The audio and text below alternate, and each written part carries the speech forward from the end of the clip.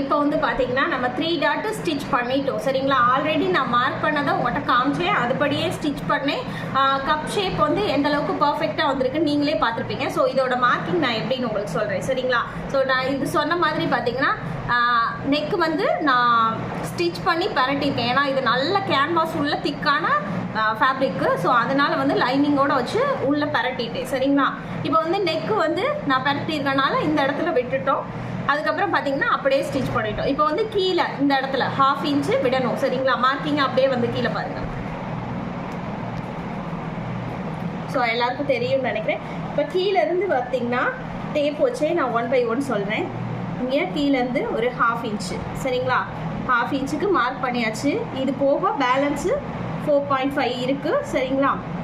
So அதில் centre வந்து 2.25, அதுலேருந்து ஒரு 2.5 இன்ச்சுக்கு லென்த்துக்கு நம்ம மார்க் பண்ணுறோம் சரிங்களா. 2.5 இன்ச்சுக்கு.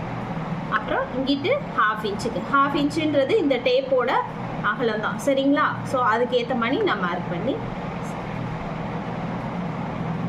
இப்போ வந்துருச்சா. இப்போ பார்த்தீங்கன்னா இந்த இடத்துலேருந்து 3 இன்ச்சு.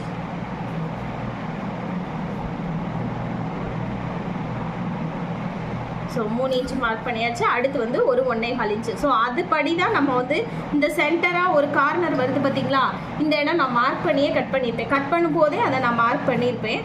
ஸோ இருந்தாலும் இதுக்கு நேராக ஒரு 3 இன்ச்சு லென்த்து ஓகேங்களா. ஸோ இந்த சைடு இன்னொரு 1.25. இப்போ வந்து இதை அப்படியே வந்து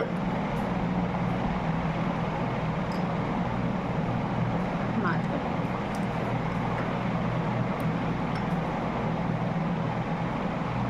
ஸோ 2 டாட் வச்சாச்சா.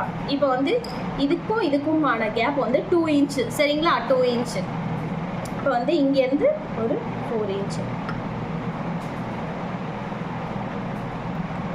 இப்போ வந்து இதுக்கான கேப்பும் 2 இன்ச்சு தான் இருக்கும். ஸோ இதுக்கான கேப்பும் 2 இன்ச்சு இருக்கும் சரிங்களா.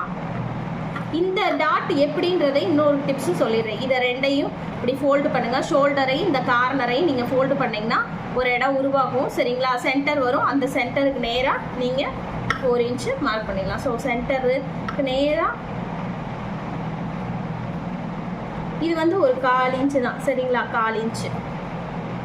ஸோ இப்போ பார்த்தீங்கன்னா 3 டாட்டுமே நம்ம வச்சாச்சு. பார்த்தீங்கனாலே தெரியும் இதோட கேப் எவ்வளோ இருக்கோ சேம் கேப் தான் வந்து 3 பக்கமுமே இருக்கும் சரிங்களா.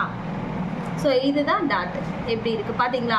இதை வந்து நம்ம ஸ்டிச் பண்ணி தான் அந்த இதில் காமிச்சோம். ஸோ இதையும் ஸ்டிச் பண்ணுறேன். 2 ஒரே மாதிரி இருக்கான்னு நீங்கள் அதையும் பார்க்கலாம் சரிங்களா.